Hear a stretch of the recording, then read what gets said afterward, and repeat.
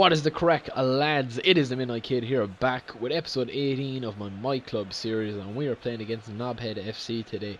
As you can see there by the crest, I'm going to go quickly in because I wanted to stop my downloads. I'm downloading Injustice. It's free, obviously, on the PS Plus this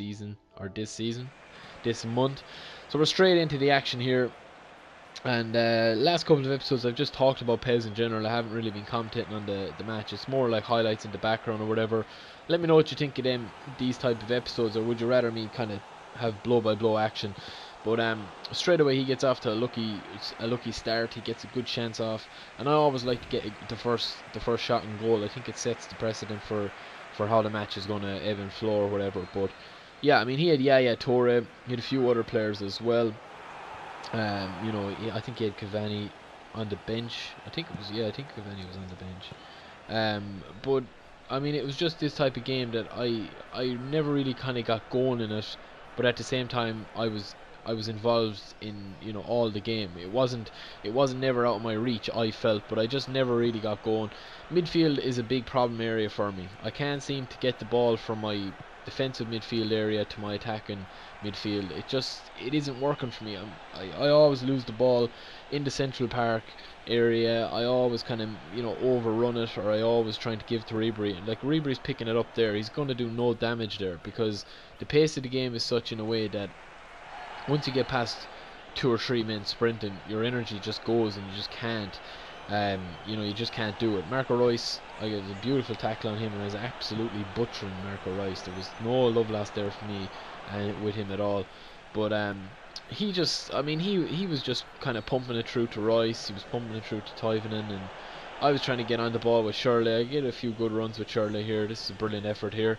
It's a great ball in, and from there you do deserve a goal. You do deserve a little bit of luck, but I wasn't getting anything in this game. You can see there that Marco Reus, even in the 60th minute, like all his energy was gone. He wasn't conserving his energy at all. Again, that's a beautiful ball in, but Mbao, who's the default centre half, he's just been really dominating over Pizarro today. Elzar again trying to get the ball away, comes out to Reeves. I missed the tackle, and he just absolutely done me there.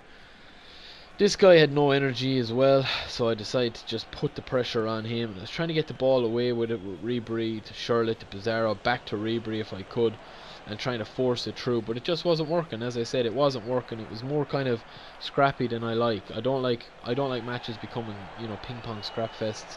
But luckily enough, Pizarro does get a chance, and he blasts it home. So as you can see with all the highlights here, I haven't control this game. I haven't really done anything. Ribery has been a shining light for me again as usual, but other than that I haven't really done anything that's like out of this world as to why I should be beating him 1-0 with only 10 minutes left to go. But he brought on Solomon Kalou, I think, because his team was just absolutely like dead in their feet.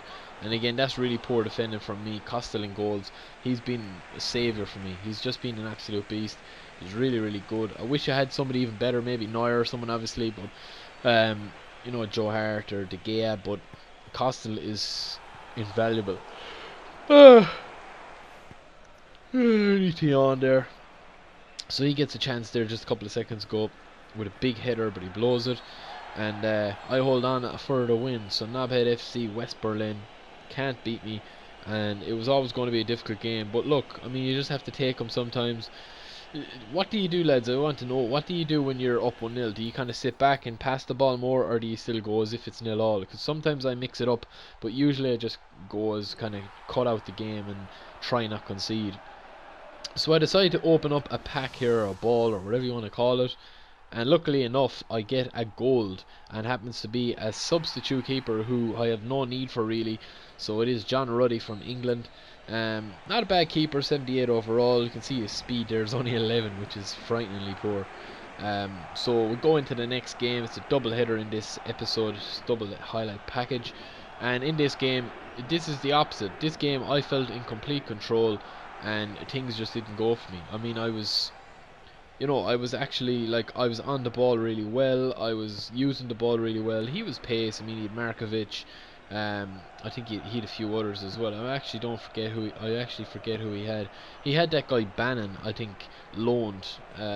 and he was causing me all sorts of problems. You will see, but as the first couple of minutes indicate, I was all over him. Like, ripped him apart there with Fuller. Got a good chance off, and if that's a better strike, it's probably 1-0 and a different tone on the game. But unfortunately, he does draw first blood. I just could not get the ball clear. It was bobbling around. It was just kind of a load of messing around.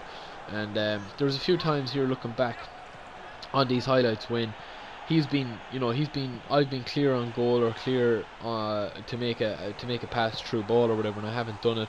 There, just overcook it a little bit, but Fuller makes up for it. He gets a really good position, and it's just narrowly wide. And again, this is just kind of one of these games where I wasn't going to win. I could just sense it. Again, this is the new guy that I got in 2 episodes ago. Aaron does so well. Beautiful finish, beautiful chip up, and it hits the post and just comes back out. So that kind of determined that I wasn't going to win. It was chances like that, but as I said, footballing wise, I made a show of him. He was just chasing shadows for most of the game. So Fuller got about 5 or 6 chances. Ribery here again, I probably overcooked it, but again, that's a fantastic strike, and it just doesn't bounce for me. I mean, I probably should have beat this guy about 5-1, 5-2, with all the chances that that I was getting, and he couldn't close me down, and then he was just getting on the break. Okay. He gets 2-0. I'm actually so tired, lads. But yeah, the old jet lag's kicking in. But he was just getting goals completely against the run of play. There was nothing that I could do. He was just, slotting them home. And I was trying to do a few tricks here with Ribery, but I think I might start to play Ribery in a more advanced role, because he's picking up the ball in central midfield, and then I'm trying to run the field with him. And PES 2015, you just can't do that in it. So it's not suiting my game of kind of running until you're closed down and pass and move.